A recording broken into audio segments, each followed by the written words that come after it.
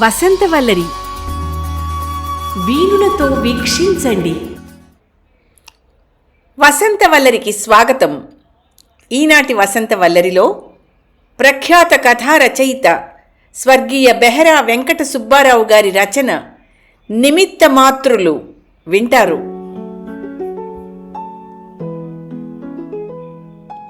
Post man cover అందించి వెళ్ళాడు. ఆతృతగా విప్పి చదివాను. Appointment order. నా ఆనందానికి అవధుల్లేవు.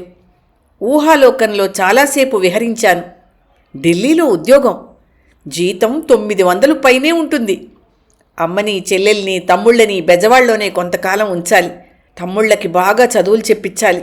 నేను చాలా క్లుప్తంగా గడుపుకోవాలి.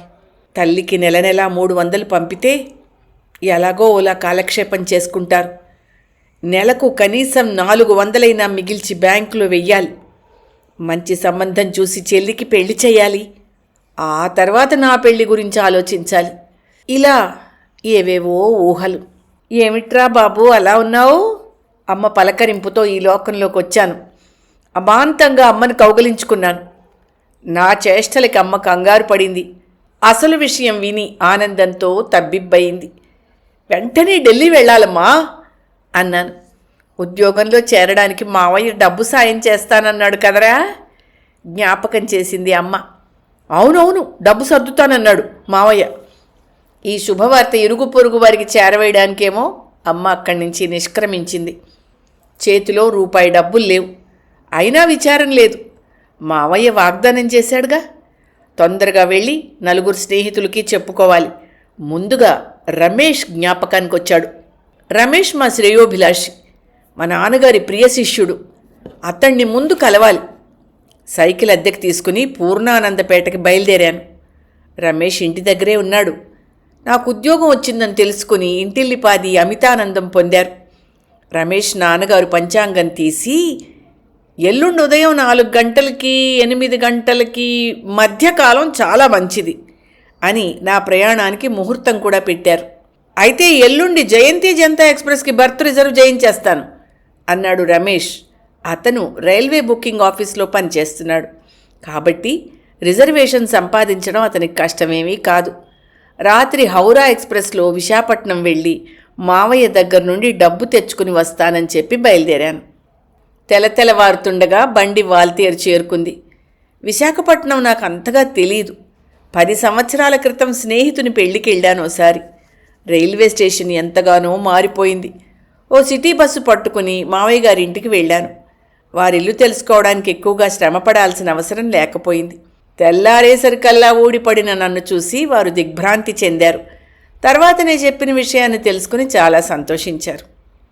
సాయంత్రం గోదావరి ఎక్స్ప్రెస్లో తిరిగి వెళ్ళాలని, మర్నాడు జయంతి జనతాలో ఢిల్లీ వెళ్ళాలని చెప్పాను. అలాగే, తప్పకుండా వెళ్దువు గాని అన్నాడు మావయ్య. భోజనం చేసి ఆఫీస్కి వెళ్తూ నన్ను కొంతసేపు విశ్రాంతి తీసుకోమని 12 గంటలకల్లా నన్ను ఆఫీస్కి రమ్మన్నాడు. బ్యాంకులో డబ్బు తీసిస్తానన్నాడు. మావయ్య వెళ్ళాక మంచం మీద మేను వాల్చాను. రాత్రి ప్రయాణంలో నిద్ర లేకపోవడం వల్లనేమో నిద్ర ముంచుకొచ్చేస్తోంది. అత్తయ్య చెప్పే మాటలు అక్కడక్కడా నా చెవిలో పడుతున్నాయి. కొంతసేపు కొట్టి నిద్రలో మునిగిపోయాను. 11:30 కల్లా అత్తయ్య నన్ను నిద్ర లేపింది. సిటీ బస్ ఎక్కి కలెక్టర్ ఆఫీస్ స్టాప్లో దిగితే అక్కడే మావయ్య ఆఫీసు అని చెప్పింది. మావయ్య ఆఫీసులోకి అడుగు పెట్టేసరికి 12:30 అయింది. నన్ను కూర్చోమని ఓ కుర్చీ చూపించి తన పని తాను చూసుకుంటున్నాడు మావయ్య. పావుగంట గడిచింది. వాచి మరోసారి చూసుకున్నాను. అంతలోకి ఓ పెద్ద మనిషి వచ్చాడు. వయస్సు 50 దాటుంటాయి. పంచా, లాల్చి, మీది కండువా, పాతకాలపు మనిషి. ఆఫీస్ సూపరింటెండెంట్ని కలిశాడు. ఆయనను చూడగానే మావయ్య దగ్గరికి వెళ్ళమన్నట్టుగా సైగ చేశాడు సూపరింటెండెంట్. మావయ్యను సమీపించి సవినయంగా నమస్కరించాడు ఆ పెద్ద మనిషి. బాబు, అమ్మాయి పెళ్ళికి ఇంకా 1 వారం రోజులే టైం ఉంది. కట్నం ఎల్లుండే ఇస్తానని వాగ్దానం చేశాను. పిఎఫ్ అడ్వాన్స్కి అప్లై చేసి 3 వారాలు దాటింది. డబ్బు చాలా అవసరం బాబూ అన్నాడు ఆర్ద్రంగా. పనిని కట్టిపెట్టే ప్రయత్నంలో ఉన్న మావయ్యకు అతని మాటలు చికాకు కలిగించాయి. చూడండి జానకిరామయ్య గారు, ఇది నా సీటు కాదండి. అర్జెంట్ ఫైల్స్ చూడమని నన్ను ఇక్కడ కూర్చోబెట్టారంతే. ఈ సీటు వెంకటేషంది, 3 రోజులు సెలవు పెట్టాడు, అతను వచ్చాక రండి పుల్ల విరిచినట్టుగా చెప్పాడు మామయ్య. ఆ పెద్ద మనిషి ముఖంలో నెత్తురు చుక్కలేదు. ముఖానికి పట్టిన చెమట కండువాతో తుడుచుకున్నాడు. ఏదో చెప్పాలని ప్రయత్నించాడు, కానీ అవకాశం ఇవ్వలేదు మావయ్య. సీట్లోంచి లేచి ఫేర్ కాపీ ప్యాడ్స్ తీసుకుని ఆఫీసర్ గారి గదిలోకి వెళ్ళాడు. 2 నిమిషాల్లో తిరిగి వచ్చి నన్ను బయలుదేరమని సైగ చేశాడు. బతుకు జీవుడా అనుకుంటూ లేచాను, కానీ నా దృష్టంతా పెద్ద మనిషి మీదనే. మేం ఆఫీసు మెట్లు దిగుతుంటే మా వెనకే వచ్చారాయన. బాబూ, విశ్వనాథం గారు పిలిచాడాయన. వెనక్కి తిరిగి ఈసడింపుగా చూశాడు మామయ్య. నా అడ్వాన్స్ సంగతి ఏమీ తేలలేదంటారా? ఆత్రంగా అడిగాడాయన. ఏమో సార్, నేను ఆ సీటు వాడిని కాదండి. ఎల్లుండి వెంకటేశం వస్తాడు, కనుక్కోండి అనేసి గబగబా అడుగులు వేయనారంభించాడు మామయ్య. ఆయన నిశ్చేష్టుడయ్యాడు. కొంత దూరం వెళ్ళాక మావయ్య అన్నాడు, ఆయనకు అడ్వాన్స్ శాంక్షన్ అయింది, ఆర్డర్ సంతకానికి ఆఫీసర్ దగ్గరికి వెళ్ళింది. ఆ విషయం చెప్పలేకపోయావా మావయ్య? పాపం అమ్మాయి పెళ్ళట. జాలిపడ్డాను. నీకిది కొత్తగాని ఇవి మాకెప్పుడు ఉండేవేరా. మా లోన్లు అడ్వాన్స్లు చాలా వరకు బోగస్. వీరి విషయం నాకు తెలియదనుకో. అయినా ఆ సీటు నాది కాదు. నేనెందుకు చెప్పడం చెప్పు? ఆఫీస్ విషయాలు తెలుసునని అందరితోనూ వాగేయకూడదు తెలుసా? హెచ్చరించాడు మామయ్య. అవును కాబోలు అనుకున్నాను నేను. మేము బ్యాంకులో అడుగుపెట్టేసరికి 2 గంటలు కావస్తోంది. చాలా రద్దీగా ఉంది. కాలేజీలు తెరిచారు. స్టూడెంట్స్ ఎక్కువగా ఉన్నారు. కౌంటర్ క్లర్క్ పక్కనున్న వారితో ఏదో విషయం గురించి చర్చిస్తున్నాడు. మమ్మల్ని చూసినా పట్టించుకోలేదు. అందుబాటులో ఉన్న ఫారాన్ని తీసి నింపి పాస్ పుస్తకాన్ని చేత పట్టుకుని నించున్నాడు మామయ్య. ఆ గుమాస్తా దృష్టిని తన వైపు మరల్చుకోవడానికి ప్రయత్నం చేస్తున్నాడు. ఆలస్యమైతే టైం అయిపోతుందంటాడేమోనన్న బెంగ నాకు. ఎక్స్క్యూజ్ మీ అన్నాను కొంచెం గట్టిగా. డిస్టర్బెన్స్కి కోపంగా చూశాడు ఆ క్లర్క్. అయితే ఏమీ అనలేదు. మావయ్య చేతిలో ఉన్న ఫారాన్ని పాస్బుక్ని అందుకుని పేపర్ వెయిట్ కింద పెట్టి మళ్ళా పక్క వాళ్లతో చర్చకు దిగాడు. వారు చర్చించే విషయం బ్యాంకు రూల్స్ గురించే కావచ్చు, కానీ మా పని చూసిన తర్వాత తీరుబడిగా తర్జన భర్జన చేసుకోవచ్చు కదా. మరో నిమిషం చూసి అడగాలనుకున్నాను, అడగలేకపోయాను. 5 నిమిషాలు గడిచిపోయాయి. గోడ గడియారం 2 గంటలు చూపుతోంది. ఆయన సీట్లోంచి లేచే ప్రయత్నంలో ఉన్నాడు. నాలో సహనం సన్నగిల్లింది. మా పని చూడండి సార్, చాలా పనుంది అన్నాను సాధ్యమైనంత సౌమ్యంగా. ఆయన నా వైపు చిరాగ్గా చూశాడు. మీరొచ్చి ఎంతసేపు అయిందండి? 2 నిమిషాలు కూడా కాలేదు. తొందరపడితే ఎలా? అది కాదు సార్, మా వాడు గోదావరిలో బెజవాడ వెళ్ళాలి. ఇంకా బజార్లో చాలా పనుంది. దయచేసి మమ్మల్ని పంపించి మీ పని చూసుకోండి వినయపూర్వకంగా అర్థించాడు మావయ్య.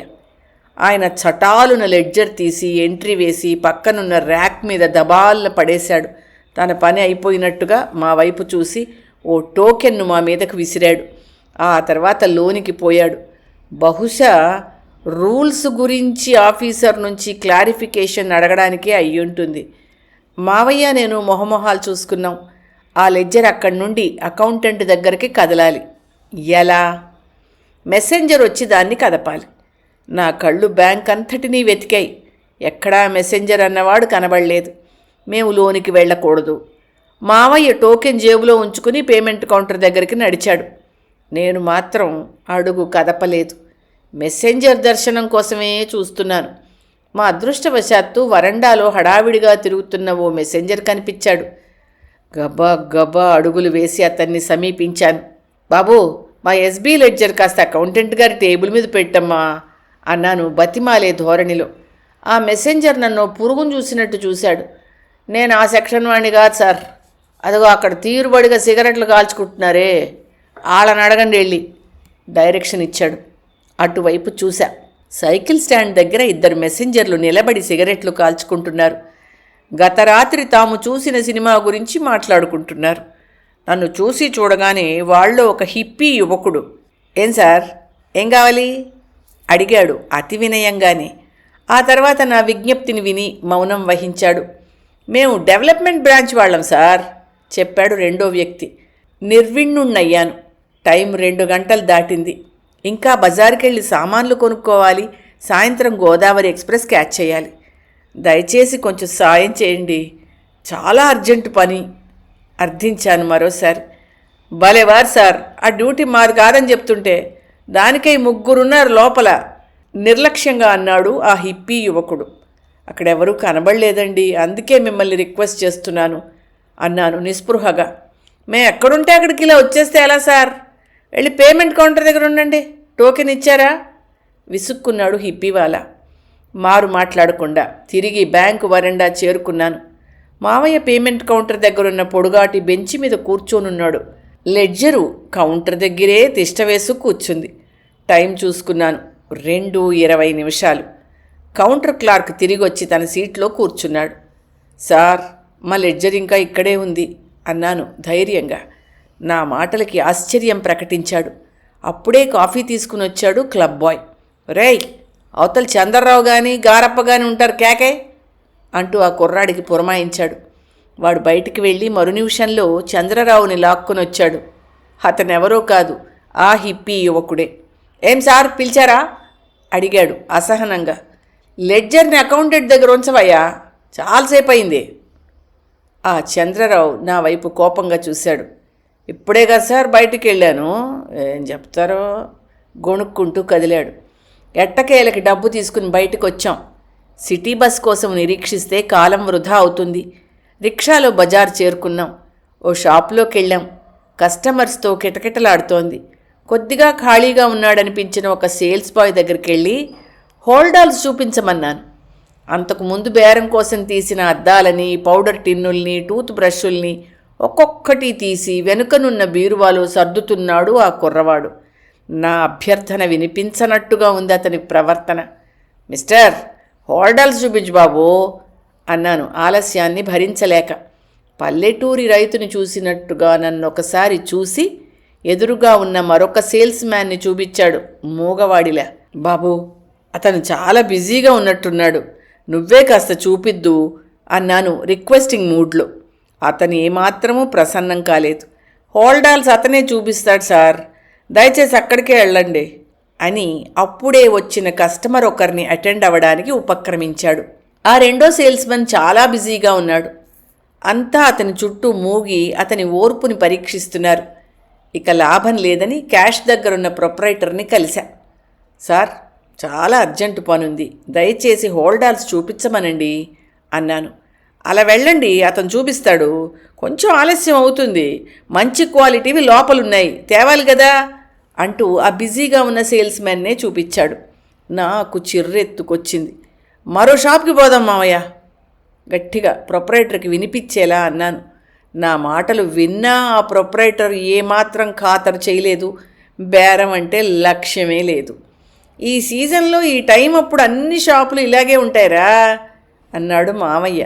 ఆ తర్వాత అన్నాడు ప్రొపరైటర్, మంచి వెరైటీ కావాలంటే కొంచెం వెయిట్ చేయాలి సార్.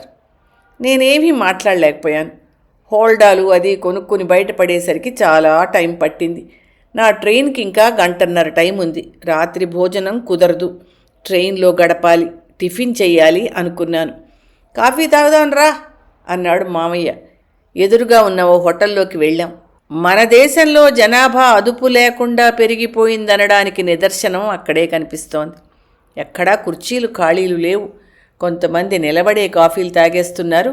5 నిమిషాలు కాపు కాచి అతి కష్టం మీద అడ్జస్ట్ చేసుకుని 2 వరుస కుర్చీలను సంపాదించుకున్నాం. టిఫిన్ తిన్నాక తొందరగా స్టేషన్కి వెళ్ళాలి. ట్రైన్లో సీటు దొరుకుతుందా ఆలోచనలో పడ్డాను. 10 నిమిషాలు గడిచాయి. సర్వర్ దర్శనం కాలేదు. ఎదురుగా ఒకడు కుర్చీలో కూర్చుని దోశ తింటున్నాడు. చట్నీ కావాలి. సర్వర్ రాకపోవడంతో అలాగే మిగిలిన ముక్కను తినేశాడు. మా పక్కన కూర్చున్న ప్యాసింజర్లు కూడా దైవ దర్శనం కోసం నిరీక్షిస్తున్న భక్తుల్లా సర్వర్ సాక్షాత్కారం కోసం తహతహలాడిపోతున్నారు. చాలామంది సర్వర్లు టిఫిన్లు పట్టుకుని వస్తున్నారు, కానీ మావాడు మాత్రం రావడం లేదు. 10 నిమిషాలు దాటింది. విసుగొచ్చింది. ఏమండి, మన సర్వర్ ఎలా ఉంటాడు అడిగా. చట్నీ చాలకపోయినా దోశని తినేసిన పెద్ద మనిషిని. ఆయన చిరునవ్వు విసిరాడు. మనలాగే ఉంటాడు, వాడేం దేవత దెయ్యము కాదే కనబడకపోవడానికి. అయితే చూడండి, ఆ పెద్ద మనుషులిద్దరూ 2 ఉల్లి దోశలకి ఆర్డర్ ఇచ్చారు. బహుశా వాటిని దగ్గరుండి కాల్పిస్తూ ఉండాలి. అవి కాలే వరకు మన సర్వరు పాకశాలను వదిలి బయటపడడు. చావు కబురు చల్లగా చెప్పాడు. పక్కనే ఉన్న టేబుల్కి చక్క టిఫిన్లు అందిస్తున్నాడు ఒక సర్వారావు. చాలా చలాకీగా ఉన్నాడు. అప్పారావు అని ఎవరో పిలుస్తుంటే విన్నాను. ఆ అప్పారావు తిరిగి వెళ్ళబోతూ ఉంటే ఆప్యాయత ఒలకపోస్తూ పిలిచా. అప్పారావు. టక్కున ఆగాడు. నా వైపు తిరిగి చిరునవ్వులు చిందించాడు. ఏం సార్, బావున్నారా? పలకరించాడు మహా తెలుసున్నవాణ్ణిలా. పూరీ, వడ, ఇడ్లీ ఏవి రెడీగా ఉంటే అవి 2 ప్లేట్లు తెచ్చిపెడదు అన్నాను తగ్గు స్వరంతో. ఆ టేబుల్స్ నావి కాదు సార్, అతనొస్తాడు అనేసి అక్కడి నుంచి నిష్క్రమించాడు. టేబుల్స్ వాడి జ్యూరిస్డిక్షన్లో లేవు కాబట్టి మాకు సర్వ్ చేసే అవసరం కానీ అధికారం కానీ వాడికి లేవన్నమాట. మా అదృష్టవశాత్తు అప్పారావు టేబుల్స్లో 2 కుర్చీలు ఖాళీ అయ్యాయి. చటాల్న లేచి ఆ కుర్చీలను ఆక్రమించుకున్నాం. అప్పారావు ఎలా తప్పించుకోగలడు అన్నా నేను మావయ్యతో ఏదో పెద్ద సాధించిన వాళ్ళ. పోదాంరా, గోదావరికి టికెట్ కొనడం చాలా కష్టం, పెద్ద క్యూ ఉంటుంది అన్నాడు మావయ్య. అయితే ఒట్టి కాఫీ తాగేసి పోదాం అన్నాను. 5 నిమిషాలు గడిచాయి. మా దురదృష్టం కొద్దీ అప్పారావు కూడా అదృశ్యుడయ్యాడు. వీడు కూడా దోశల పెనం దగ్గర పక్కేశాడా? మేం వదులుకున్న సర్వర్ వచ్చి దోశలు అందించాడు. అందరినీ పలకరించి ఎవరికేం కావాలో అవి అందిస్తున్నాడు. హర్రెర్రే, అక్కడున్నా బాగుండిపోయేది. గడుసువాడికి పలచని గంజి అన్న సామెత జ్ఞప్తికొచ్చింది. ఎట్టకేలకు మా అప్పారావు దర్శనమిచ్చాడు. అయితే సర్వర్లా రాలేదు. శుభ్రమైన బట్టలు వేసుకుని ట్రిమ్గా తయారై వచ్చాడు. 2 కాఫీ. నా మాటలు పూర్తి కాకుండానే నన్ను వారించి, నా డ్యూటీ అయిపోయింది సార్, ఇంకొకళ్ళు వస్తున్నారు అన్నాడు. హారిపీడుగా. అప్రయత్నంగా నా మాటలు పైకే వచ్చేసాయి. లే మావయ్య, టిఫిన్ వద్దు, కాఫీ వద్దు, ప్లాట్ఫామ్ మీద దొరికే వేణీళ్లతోనే రాత్రి గడుపుతానులే అంటూ లేవబోయాను. మావయ్య లేవలేదు. కాఫీ అయినా తాగుదాంరా అన్నాడు. ఎలాగైతేనే కాఫీ తాగి బయటపడ్డాం. చాలా ఆలస్యమైంది. 4 అవుతోంది. మావయ్యకు ఆఫీస్లో కూడా చాలా పనుంది. అతన్ని నా వెంట తిప్పుకోవడం భావ్యం కాదనిపించింది. ఇక నువ్వు వెళ్ళు మావయ్య, నే వెళ్తాను అన్నాను. అయితే వెళ్ళు, జాగ్రత్తే, దూర ప్రయాణం, ట్రైన్లో నిద్రపోకు, వెళ్ళగానే ఉత్తరం రాయి అంటూ కదిలాడు మావయ్య. నేను సిటీ బస్ స్టాప్ చేరుకున్నా. 13వ నంబర్ బస్సు వచ్చింది. వాల్తేర్ స్టేషన్ అని రాసింది దాని మీద. ఉదయం ఆ నంబర్ బస్ స్టేషన్లో చూశాను. గేట్లో ఉన్న కండక్టర్ని అడిగా ఎందుకైనా మంచిదని. స్టేషన్కి వెళ్తుంది కదండీ అని. అన్నాడు యథాలాపంగా. బస్సు కదిలింది. 15 నిమిషాలు గడిచాయి. కాలేజీ, హాస్పిటలు దాటి పెద్ద జంక్షన్లో ఆగింది. ఏదో సినిమా హాల్ ఉంది అక్కడ, పెద్ద మేరు పర్వతంలాగా. అక్కడి నుంచి కదిలింది. స్టేషన్ ఎంత దూరం ఉంటుందండి? పక్క సీట్లో కూర్చున్న పెద్ద మనిషిని అడిగాను. ఆయన నన్నోసారి యగాదిగా చూసి ఎక్కడెక్కారు అని ఎదురు ప్రశ్న వేశాడు. మార్కెట్ దగ్గర. ట్రైన్కి వెళ్ళాలా అడిగాడు సానుభూతి ప్రకటిస్తూ. అవును సార్, గోదావరిలో బెజవాడ వెళ్ళాలి, చాలా అర్జెంటు అన్నాను. డైరెక్ట్ బస్సు ఎక్కుంటే 10 నిమిషాల్లో స్టేషన్ చేరుకుని ఉండేవారు. ఈ బస్సు ఊరంతా తిరిగి స్టేషన్ చేరుకుంటుంది. ఇంకా కనీసం పావుగంట పైనే పడుతుంది. మీకు బొటాబొటిగా ట్రైన్ అందొచ్చు, కానీ టికెట్ తీసుకోవడానికి టైం చాలదేమో. సందేహం వెలిబుచ్చాడాయన. చటాలన లేచి నిలబడ్డాను. ఆయన నా చెయ్యి పట్టుకుని కూర్చోపెట్టాడు. అది కాదు సార్, ఈ ట్రైన్ మిస్ అయితే నా జీవితమే మారిపోతుంది బావురుమన్నాను. అధైర్యపడకండి, డైరెక్ట్ బస్సులో వెళ్ళుంటే ముందుగా చేరుకుని ఉండేవారు అని నా ఉద్దేశం. మీకు తప్పకుండా ట్రైన్ అందుతుంది, సరేనా? ధైర్యం చెప్పాడు. అంతలోనే కండక్టర్ వచ్చాడు. నాకు ఒళ్ళు మండింది. ఏమండి, టికెట్ ఇచ్చేటప్పుడైనా చెప్పారు కాదు చాలా టైం పడుతుందని. గోదావరి కనుక మిస్ అయితే నా బతుకే నాశనం అవుతుంది దులిపేశా. కండక్టర్ ఏమాత్రమూ చెలించలేదు. ఎవరు ఎక్కడికి ఎందుకు వెళ్తారో మాకేం తెలుస్తుంది సార్, మేము అడుగుతూ కూర్చుంటామా? అడిగినా మీరు చెప్తారా? అయినా అది మా డ్యూటీ కాదు. పర్వాలేదులేండి, గోదావరి అందుతుంది తాపీగా సమాధానం ఇచ్చాడు. అందుతుందని అందరూ అంటున్నారు కాబట్టి కాస్త ధైర్యం వచ్చింది. బస్సు ఆగడంతోనే దిగి స్టేషన్లోకి పరిగెత్తాను. బుకింగ్ కౌంటర్స్ చాలా ఉన్నాయి. అన్ని చోట్ల పెద్ద క్యూలు. ఒక క్యూ దగ్గరికి వెళ్ళి అడిగా, ఏ ఊరు వెళ్తారు మాస్టారు? రాజమండ్రి అన్నాడు ఆయన. గోదావరికేనా అడిగాను. అవునన్నాడు. నా మనసు స్థిమితపడింది. వారి వెనుకనే నిలబడ్డా. క్యూ పెద్దదిగా ఉంది. బుకింగ్ క్లార్క్ శక్తివంచన లేకుండా క్లియర్ చేస్తున్నాడు. అతని సామర్థ్యానికి అభినందించవలసిందే. క్యూ కదులుతోంది. గోదావరి ఎక్స్ప్రెస్ 10 నిమిషాల్లో బయలుదేరడానికి సిద్ధంగా ఉంది అంటూ అనౌన్స్మెంట్. నా ముందు మరో 5గురున్నారు. మరో 5 నిమిషాలు పట్టొచ్చు. కౌంటర్లో చెయ్యి ఉంచి బెజవాడ 1 అన్నాను. కౌంటర్ క్లార్క్ నా నుంచి డబ్బు తీసుకోలేదు. చికాగ్గా చూశాడు. తన ఏకాగ్రతకు భంగం కలిగినట్టుగా ఫీల్ అయ్యాడు. ఇక్కడ కాదు సార్ అన్నాడు. షాక్ తిన్నాను. నోట మాట రాలేదు. తప్పుకోండి సార్. నా వెనకున్న అతను తొందర చేస్తున్నాడు. ఏ కౌంటర్లో ఇస్తారు సార్? ఆతృతతో అడిగా. ఎంక్వైరీలో అడగండి సార్ అనేసి నా వెనుకనున్న ప్యాసింజర్ని ముందుకు రమ్మన్నట్టు తలూపాడు. నేను అక్కడి నుండి తప్పుకోవాలి. Kindly let me know the counter number sir అర్థించాను ఆందోళన పడుతూ. Please ask at the enquiry. విసుగ్గా అదే సమాధానం ఇచ్చాడు. నాకు సమాధానం ఇచ్చే అవసరం కానీ బాధ్యత కానీ అతనికి లేకపోవచ్చు. కానీ సాటి మనిషికి సహాయపడాలనే మానవతా దృక్పథం అతనికి లేకపోవడం అత్యంత విచారకరం. సార్, అర్జెంటుగా ఢిల్లీ వెళ్ళాలి సార్ అన్నాను వణికే స్వరంతో.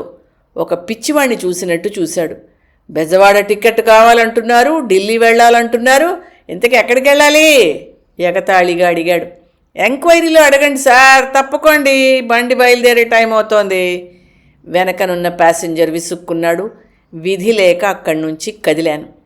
ఎంక్వైరీ వద్దనున్న క్లార్క్కి ఊపిరి సలపడం లేదు. ఒక ఫోన్ రిసీవర్ కుడి చేత్తో పట్టుకుని ఎడం చేతిలోకి మరో రిసీవర్ని తీసుకుని మాట్లాడుతున్నాడు. అవి చాలవన్నట్టు 3వ ఫోన్ మోగుతోంది. కౌంటర్ వద్ద ప్యాసింజర్లు ప్రశ్నల వర్షం కురిపిస్తున్నారు. అష్టావధానం చేస్తున్నాడా గుమాస్తా. సార్, బెజవాడికి టికెట్ ఏ కౌంటర్లో ఇస్తారు? నేను ప్రశ్నించాను. అతను ఎవరికీ సమాధానం ఇవ్వడం లేదు. నా అదృష్టం కొద్దీ తోటి ప్యాసింజర్ కౌంటర్ నంబర్ చెప్పి పుణ్యం కట్టుకున్నాడు. గబా గబా కౌంటర్ దగ్గరికి పరిగెత్తా. అక్కడున్న క్యూని చూశాక మతిపోయింది. అడ్డంగా వెళ్లాలని ప్రయత్నం చేశాను. తోటి ప్యాసింజర్లు అబ్జెక్ట్ చేశారు. ఇద్దరిని టికెట్ తీసిపెట్టమని రిక్వెస్ట్ చేశా. దయచేసి వెనక్కి పోయి నిలబడండి అని మర్యాదగానే సూచించారు. ట్రైన్ 5 నిమిషాల్లో బయలుదేరబోతోందని అనౌన్స్మెంట్. క్యూలో నిలబడితే నా టర్న్ వచ్చేసరికి కనీసం అరగంట అయినా పడుతుంది. నాలో నిస్పృహ ఆవరించింది. టికెట్ కొనడం అసాధ్యమని తేలిపోయింది. అడ్డుతోవ త్రొక్కి ఈ ప్రయాణం చెయ్యాలి. అదే లాస్ట్ రిసార్ట్. బాధ్యత గల పౌరునిగా అలా చెయ్యకూడదు. కానీ గత్యంతరం లేదు. టికెట్ కొనుక్కునే ప్రయత్నాన్ని విరమించుకున్నాను. మొహానికి పట్టిన చెమటని ఖర్చిఫ్తో తుడుచుకొని ఇతర మార్గాలను అన్వేషించసాగాను. ఇంతలో రామో అన్న పిలుపు వినబడింది క్యూలోంచి. అతని వైపు చూశా. ఆయనే, మామయ్య ఆఫీస్కి వచ్చిన జానకీరామయ్య గారే. నా కంగారులోనూ ఆతృతలోనూ అంతవరకు ఆయన్ని నేను గమనించనే లేదు. మీరా సార్ అన్నాను ఆయన్ని సమీపిస్తూ. బెజవాడ కదూ అన్నారు ఆయన కౌంటర్లో చెయ్యి పెడుతూ. భగవంతుడు ప్రత్యక్షమయ్యి నీ కోరికేమిటి అని అడిగినంత సంబరపడ్డాను నేను. అవును సార్ అన్నా ఆయన్ని పరీక్షగా చూస్తూ. ఆయన్ని ఎక్కడో ఇది వరకు చూసినట్టు గుర్తు. బాగా తెలిసిన వారే అయ్యుండాలి. కాకపోతే నన్ను రామం అని ఎలా పిలవగలరు? నా పేరు రాంప్రసాదరావు. మా ఇంట్లో అంతా రామం అనే పిలుస్తారు. ఈయన ఎవరై ఉంటారబ్బా ఆలోచిస్తున్నాను. ఆయన టిక్కెట్టు తీసి నాకిస్తూ పద, ట్రైన్ బయలుదేరే టైం అయింది అన్నారు గబగబా అడుగులు వేస్తూ. నేను డబ్బు తీయబోతుంటే ముందు పద, తర్వాత ఇద్దువుగానిలే అన్నారు.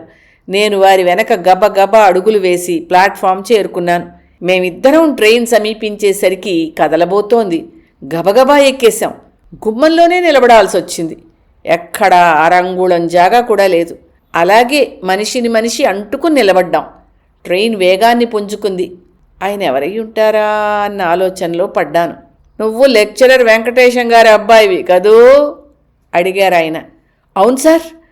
మీరెవరో జ్ఞప్తికి రావడం లేదు, క్షమించాలి అన్నాను సిగ్గుపడుతూ. నేను మీ నాన్న చిన్ననాటి స్నేహితులం. మీరు మేము రాజమండ్రిలో ఒకే ఇంట్లో అద్దెకుండేవాళ్ళం. అప్పుడు మీరు చిన్నపిల్లలు. అమ్మగారు నాన్నగారు బాగున్నారా? ఎక్కడుంటున్నారు అడిగాడు ఆప్యాయంగా. లేదు సార్, నాన్నగారికి రాజమండ్రి నుంచి బెజవాడ ట్రాన్స్ఫర్ అయింది. అక్కడికి వెళ్ళిన 6 ఏళ్లకి నాన్నగారు పోయారు. మేము ఇంకా అక్కడే ఉంటున్నాం అన్నాను నేను. ఆయన చాలా నొచ్చుకున్నాడు. నాన్నగారి గుణగణాలని వర్ణించి చాలా బాధపడ్డారు. నాకు ఢిల్లీలో ఉద్యోగం అయింది సార్, డ్యూటీలో జాయిన్ అవ్వాలి. మీ ఆఫీస్ యూడీ అకౌంటెంట్ విశ్వనాథం గారు మా మేనమావ గారే. అతని దగ్గర డబ్బు తీసుకుని వెళ్తున్నాను చెప్పాను. చాలా సంతోషం బాబూ ఆనందించారు ఆయన. రేపు బెజవాడలో ఉదయం జయంతి జనతాకి బర్త్ రిజర్వ్ చేయించుకున్నాను. ఈ ఎక్స్ప్రెస్ మిస్ అయితే రాక వచ్చిన ఉద్యోగ అవకాశాన్ని పోగొట్టుకుని ఉండేవాణ్ణి. Very kind of you sir, మీ ఉపకారాన్ని జన్మలో మర్చిపోలేను. మరోసారి కృతజ్ఞతలు తెలుపుకున్నాను. మనిషికి మనిషి సహాయం చేసుకోకపోతే ఎలా బాబూ? మానవుడు చేసే ప్రతి పని మంచిదైనా చెడ్డదైనా అంతా భగవత్ ప్రేరణ వల్లే జరుగుతుంది. ఆఖరికి మాట సహాయం కూడా. మనం ఒట్టి నిమిత్తమాత్రులం తేలిగ్గా కొట్టిపారేశారు జానకిరామయ్య గారు. ట్రైన్ స్పీడ్గా వెళ్తోంది. ప్యాసింజర్స్ అటు ఇటు సర్దుకోవడంతో ఇరకాటం కొంత తగ్గింది. ఆయన నేను కూర్చోడానికి జానెడు స్థలం కోసం అన్వేషణ ప్రారంభించాం. ఆ అన్వేషణలో ఇద్దరము ఎడమయ్యాం. ఆయనకు తుని దాటాక కూర్చుందుకు స్థలం దొరికింది. నన్ను పిలిచారు. సర్దుకుని కూర్చుందాం అన్నారు. నేను కూడా ఆ ఇరుకులో కూలబడ్డాను. బాగా రాత్రి అయింది. ఆయన తన గోడు చెప్పుకున్నారు. వాళ్ళ అమ్మాయి పెళ్ళి 16వ తారీఖునట. అంటే ఇంక వారం రోజులు మాత్రమే వ్యవధి ఉంది. కట్నం డబ్బు వారం రోజులు ముందుగా ఇస్తానని వాగ్దానం చేశారట. ప్రావిడెంట్ ఫండ్ నుంచి విత్డ్రావల్కి అప్లై చేసి 3 వారాలయ్యింది. ఇంకా శాంక్షన్ కాలేదుట. క్రిందటి వారం వెళ్ళినప్పుడు ఆఫీసర్ క్యాంపులో ఉన్నారన్నారట. 2 రోజుల క్రితం వెళ్తే ఆఫీసర్ గారి సంతకం కాలేదని చెప్పారట. హైదరాబాదులో ఉన్న వాళ్ళ పెద్దమ్మాయి ఉత్తరం రాసిందిట. ఇంతలో సమయానికి కట్నం డబ్బు దొరకకపోతే తన నగలు తాకట్టు పెట్టి తీసుకుని వెళ్ళమందిట. ఆడపిల్ల నగలు ఎందుకు తాకట్టు పెట్టడం అని అంతవరకు ఆగారుట. ఇక గత్యంతరం లేక డబ్బు కోసం అమ్మాయి దగ్గరికి హైదరాబాద్ వెళ్తున్నారట. ఆయన పరిస్థితి తెలుసుకొని చాలా విచారించాను. వారికి డబ్బు శాంక్షన్ అయిందని, మర్నాడు శాంక్షన్ ఆర్డర్ అందుతుందని, హైదరాబాదు వెళ్ళడం, ఆడపిల్ల నగలు తీసుకోవడం అనవసరమని చెప్పాలనుకున్నాను. కానీ చెప్పలేకపోయాను. వారి ఆఫీసు విషయాలు నాకెందుకు? ఆ తర్వాత ఆయనకే తెలుస్తుంది కదా అనుకున్నాను. ఆయన వైపు చూశా. బడలికగా ఉన్నారు. రెప్పవాల్చారు. నిద్రొస్తోంది కాబోలు. నాకు మాత్రం నిద్ర రాలేదు. నా భావి జీవితం గురించి ఒకటే ఆలోచన. బెజవాడొచ్చింది. నేను దిగాను. ఆయన నన్ను వెనక్కి పిలిచారు. కిటికీకి దగ్గరగా వెళ్ళి, నేను వస్తాను సార్, సెలవు అన్నాను. నీ జీవితం దేదీప్యమానంగా వెలగాలని ఆకాంక్షిస్తున్నాను ఓయ్ అన్నారు. Very many thanks sir. వారి విశాల హృదయానికి నా హృదయం ద్రవించింది. అడుగులు పడలేదు. హైదరాబాద్ వెళ్ళనవసరం లేదని చెప్పాలనిపించింది. కానీ చెప్పలేకపోయాను. మావయ్య అన్నట్టు అది ఆఫీస్ విషయం కాదు, ప్యూర్లీ పర్సనల్. అయినా చెప్పాలంటే పెదవి కదల్లేదు. ఆయన అన్నట్టు భగవత్ ప్రేరణ కాబోలు. నేను నిమిత్త మాత్రుణ్ణే.